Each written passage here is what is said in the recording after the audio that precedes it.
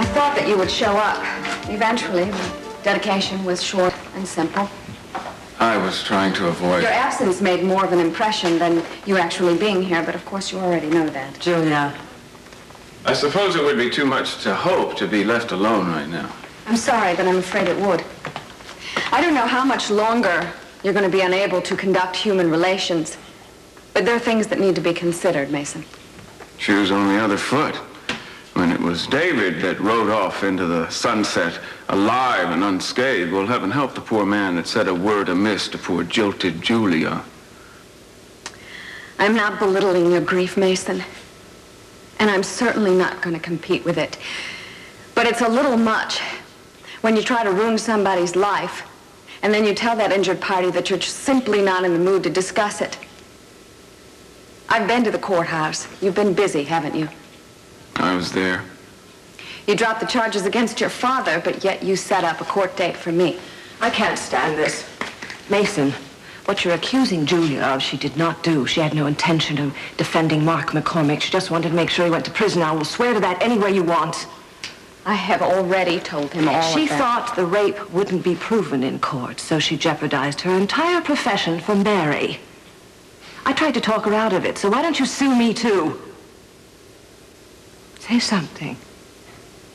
Do you believe me? I'm not going to let your family keep avenging themselves on the people I love. Do you believe me? Maybe. Thank you for that. I'm sorry about your loss. Julia, I have to catch a plane. I'll be right there. You're not going to drop the charges, are you? Quite a testimonial. You don't care either, do you? Augusta seems to believe it, but is it true? And if it's true, do I owe you a debt of gratitude because you decided to let Mark pay for his crime? The charges I'm accused of are criminal negligence leading up to Mary's death. Forget gratitude. I'm asking for fairness, Mason. What are we doing up on the roof with Mary and Mark? Did you arrange it? No. If not, why didn't you try to stop Mark? There's nothing to stop, Mason. We're not solving a murder here. What happened was a terrible accident, and Mark had nothing to do with it, and I certainly didn't. And you won't be able to prove otherwise, Mason, and even if you try... Why? You put Augusta on the stand and get yourself disbarred.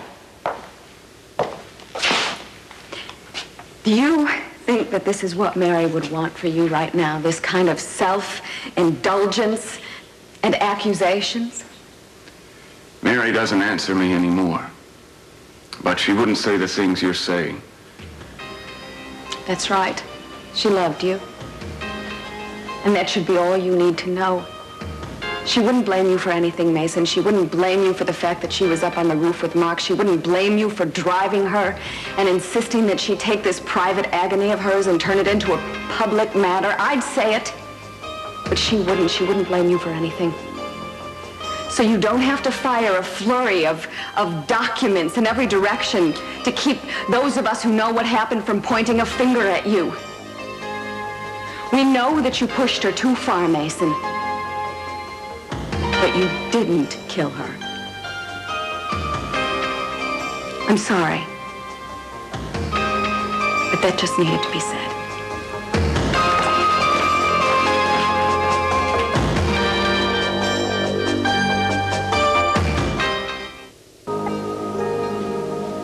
Well,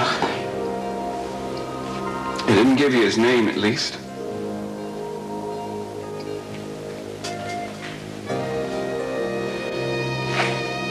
Mary, give me a sign. Anything. If you love me.